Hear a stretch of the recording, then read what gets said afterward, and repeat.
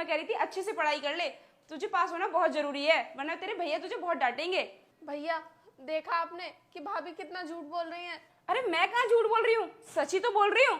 अब मैंने तुमसे पढ़ाई के लिए बोल दिया तो मैं झूठी हो गई? मैं बोला तुमसे झूठ क्यों बोलूंगी? देखो अनुष्का, तुम्हें ना ज्यादा ओवर स्मार्ट बन के दिखाने की कोई जरूरत नहीं है, क्योंकि मैंने ना तुम्हारी सच्चाई देख ली है और अपने कानों से सब कुछ सुन लिया है। तुम क्या सोच रही हो कि जो तुम अभी मेरे भाई बहन के साथ में कर रही थी उसके बारे में मुझे कुछ भी पता नहीं है? अरे मेरे भाई बहन ने ना मुझे फोन करके पहले ही बता दिया था कि मेरे यहाँ पर ना रहने पर तुम इनके साथ में कितना अत्याचार करती हो, इनसे घर के सारे काम करवाती हो, और अभी इनके बोर्ड के एग्जाम होने वाले हैं तो तुम इनसे बोल रही थी कि ये घर के सारे काम करें। अरे मैं क्यों इनसे काम करवाऊंगी?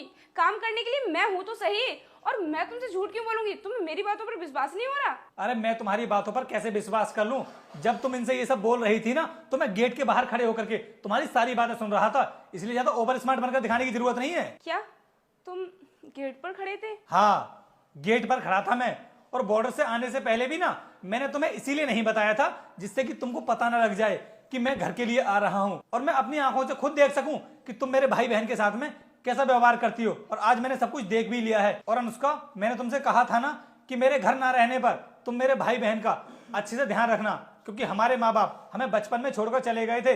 अब तक तो मैंने अपने भाई बहन का अच्छे से ख्याल रखा था, और मैंने तुमसे भी शादी इसीलिए की थी जिससे कि शादी होने के बाद तुम मेरे भाई बहन का अच्छे से ख्याल रख सको, क्योंकि तुम्हें तो अच्छे से पता होगा कि फौज की नौकरी में जल्दी छुट्टी नहीं मिल पाती है। तो मैं बेफिक्र रहता था कि मेरी भाई बहन का ख्याल रखने के लिए तुम घर पर हो, लेकिन मुझे क्या पता था कि तुम मेरे ना रहने पर इनका इस तरीके से ख्याल रखती होगी, इनसे घर का सारा काम करवाती होगी। अरे मैं तुमसे ये नहीं बोल रहा हूं कि तुम इनसे घर का कोई भी काम मत करवाओ, अभी इनके बोर्ड के एग्जाम्स हैं तो कम से कम इस टाइम पर तो इन्हें अच्छे से पढ़ने दो, क्योंकि बोर्ड के एग्जाम्स के लिए ना बहुत मेहनत करनी पड़ती है। इसके मार्क्स हमें लाइफ टाइम काम आते हैं जब भी हम किसी जॉब के लिए अप्लाई करते हैं, और तुम हो कि इन्हें ठीक से पढ़ने नहीं दे रही हो। और तुम कैसे भूल गई, शादी के बाद तुमने भी इंटर की परीक्षा पास की थी, और उस टाइम पर जब तुम्हारे एग्जाम चल रहे थे तो घर का सारा काम ना मेरी बहन ने किया था, जब ये कितनी छोटी थी। उसके बाद भी इसने घर के सारे काम किए जिससे कि तुम अपनी बोर्ड की परीक्षा अच्छे से दे सको, और आज तुम उस टाइम को भूल चुकी हो। अरे इनके साथ ये सब करने से पहले उस टाइम को ही याद कर लेती। हाँ रोहित,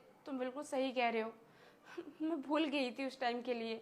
उस टाइम पर दीदी ने मेरा कितना साथ दिया था, मुझे घर का कोई भी काम नहीं करने दिया था।